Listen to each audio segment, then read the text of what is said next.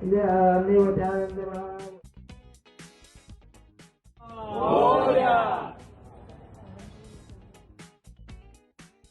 का राजा जो मैंने किया है बहुत ही इंफॉर्मेटिव है।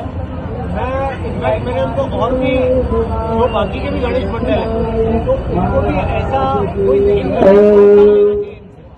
अभी जैसा कि हमारे वाइल्ड लाइफ के बारे में जो वाटर के स्पीशीज है, एंडेंजर स्पीशीज है, उनके बारे में थोड़ा अगर अवेयरनेस बताएंगे, बच्चे देखेंगे, बच्चे उसको फॉलो करेंगे और बच्चे जाके चिंतन करेंगे, सोचेंगे कि हमें इनको प्रिजर्व करना चाहिए। कोई भी चीज़ जैसे प्लास्टिक हो जाए, माइक्रोन्स हो जाए, कोई भी चीज़ हो जाए, वो पानी में उसको वेस्ट नहीं, फेंके नहीं उसको, सो दैट उसके वजह से हमारे जो जीव जंतु होते हैं, पानी के जो एंडेंजर स्पीशीज होते हैं, उसको हार्म होता है।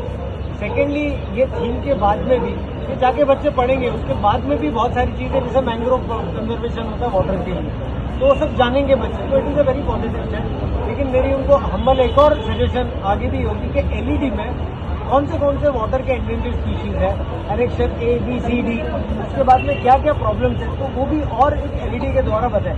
लेकिन जो उन्होंने मुहिम की है, इट इज़ वेरी अप्रिशिएटिव है, एटलीस्ट इससे स्टार्ट किया। सेकेंडली, मैं ये भी कहना चाहूँगा कि जो साई लीला फाउंडेशन है, उन्होंने जो कॉम्पिटिशन भी अरेंज किया हुआ है, तो वो भी that is also very appreciated. लेकिन अगेन मैं उसमें भी ये बताना चाहूँगा कि इसके साथ ही एक मैसेज भी अब बच्चों को दे, जब भी अवार्ड देने जाते हैं, जब भी कोई स्पर्धा होती है, साथ में जैसा कि इन्होंने वाटर कंजर्वेशन, मरीन कंजर्वेशन की बात की, साथ में ड्रग्स के बारे में भी बताया, ड्रग्स के दुष्परिणाम के बारे में भी बताया। क्योंकि हमारा जो इलाका है, ये गोरेगांव जो सबर्बन इलाका है, वहाँ पर ड्रग्स की बहुत ज़्यादा कंजम्पशन है, MD, गांजा, वैसे ड्रग्स। तो कौन से प्रकार के ड्रग्स है जिससे बच्चे दूर हैं? ड्रग्स पीने के बाद में उनको क्या इश्यूज हो सकते हैं? अगर ड्रग्स पीने की हैबिट लग चुकी है तो कहाँ पर जाए? तो ये भी थोड़ा बच्चों को, पेरेंट्स को, पालकों को बताइए। मेरी बहुत बहुत शुभकामनाएं आपके लिए। जवाहर का राजा बहुत अच्छा लगा, पहली बार आया हूँ, तो मेरी शुभकामनाएं उनके साथ में। साई लीला फाउंडेशन को भी ऑलरेडी जो बहुत अच्छा काम हमेशा करती है, तो काइंडली कीप अप करो। वंदे मातरम, जय हिंद। सर, आप क्या बोलना चाहते हैं? सोचेंगे सर ने जैसा भी बताया कि ड्रग कंजम्पशन बहुत बड़ा मेजर इशू है। आपको नहीं लगता कि आने वाले साल में इसी मुद्दे को ध्यान में रखते हुए हमारी पीढ़ी को बचाने के लिए इस कॉन्सेप्ट के जरिए भी कहीं ना कहीं आपको अवेयरनेस क्रिएट करना चाहिए? क्या कहिए सर? आपकी बात एकदम सही है। हमारे जवाहर नगर में ऐसे बहुत से बच्चे जो 13, 14, 15, 16 साल के, और उनको सबको ये लत लगी हुई है। क्योंकि हमारे यहाँ पे वो एक बार लत लगने के बाद फिर पहले वो घर में चोरी कर रहे हैं, फिर बाजू में चोरी कर रहे हैं, फिर जाके बाहर जाके चोरी कर रहे हैं, और उससे लोगों में बहुत तकलीफ।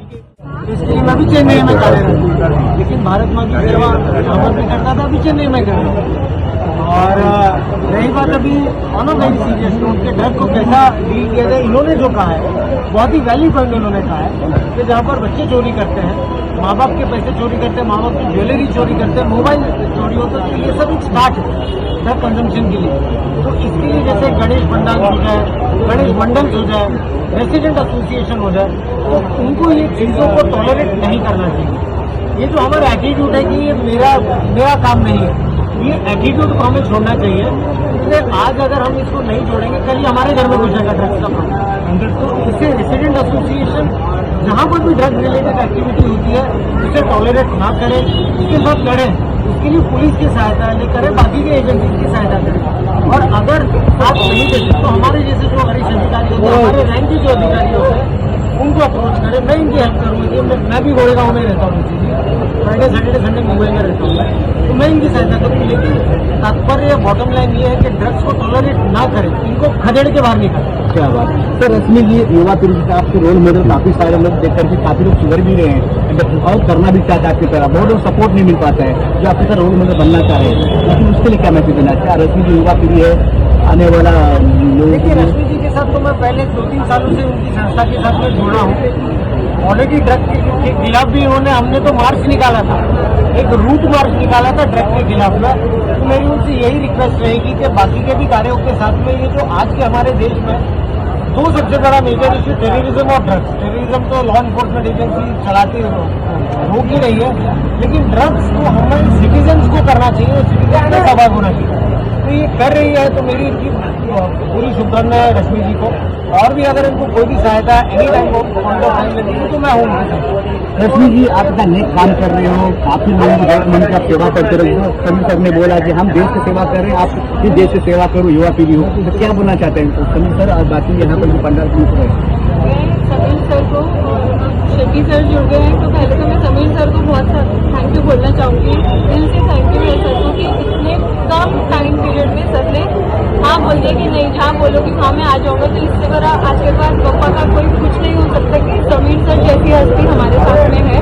और अब वही रिक्वेस्ट मैं शेट्टी सर से करूँगी कि सर आप प्लीज़ जो एंटी ड्रग कैंपेन हम लोग भी कोशिश करते हैं करने की, तो आप भी प्लीज़ उसमें हमारा देंगे, क्योंकि हमारे बहुत से युवा पीढ़ी अभी इसमें ये नशे में आए हैं, चाहते कि वो ना हो, क्योंकि हम उनकी फैमिली को देख रहे हैं ना, उनके माँ बाप को जो तकलीफ हो रही है हमें पता है। एक चीज हुई है कि ये कंपटीशन लगाने से जो पंडाल हैं वो जुड़े हैं और सबके ना एक एक तरीके के सोशली जो प्रॉब्लम्स है वो निकल कर सामने आ रहे हैं। तो एज एन एनजीओ या एज एन हमारा जो भी ग्रुप है और सर के मार्गदर्शन में हम किस तरीके से प्रॉब्लम को सॉर्ट आउट करेंगे, अब हम उनके ऊपर विचार विमर्श करके आगे बढ़ेंगे। आप रश्मि शेट्टी साहब, आप जैसे लोग जो पब्लिक में काम करते हैं, आप लोग डिक्लेयर वॉर ऑन ड्रग्स करो, अग्रेसिव उसको टॉलरेट ना करके और डिक्लेयर करो आप। गणपति बप्पा का पावन अवसर है, आशीर्वाद लीजिए।